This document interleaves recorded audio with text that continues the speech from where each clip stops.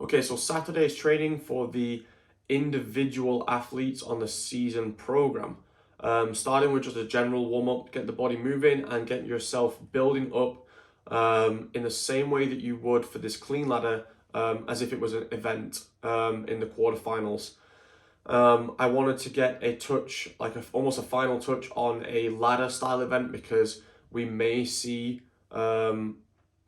strength being tested in this way. Since we already had a 1 rep max in isolation, we might not get that again.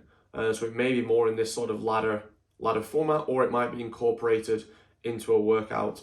For the squat clean ladder today, I have just put the suggested weights that I think is a pretty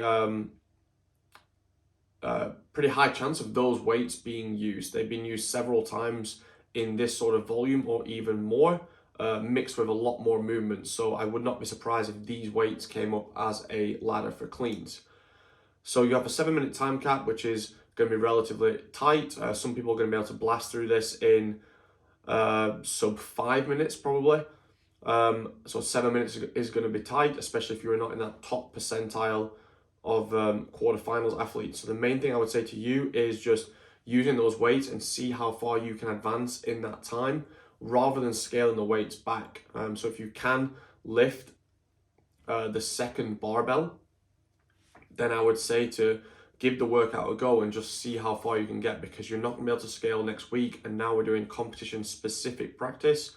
You would probably get more benefit from seeing how you can move that load rather than scaling and not really knowing how you're going to be able to move those types of loads next week if they did come up. So that would be my advice there. Take a decent amount of rest, so at least 15, more like 20 minutes if possible, and then you're going to get after this sprint chipper. This is going to be the last dose of GHD sit-ups that you get before next week. Surely they have to come up. They've been in there for 2 years in a row in pretty high volume, so I would guess they would come up again. And I wanted to specifically start with a big set, just so you know how to pace your way through a bigger set when you have some skill work to do afterwards. So 60 GHDs, 60 meter handstand walk, and then 6 legless rope climbs, setting up the handstand walk as 7.5 meter sections that would need to be unbroken, using the standard of both hands behind the line, both hands over the line, and then full 15-foot legless rope climbs. They haven't come up in quarterfinals before, but also would not be surprised if they take a step up and include legless rope climbs this year. So that's a good little practice one for next week, and then spend a little bit of time on a cool down.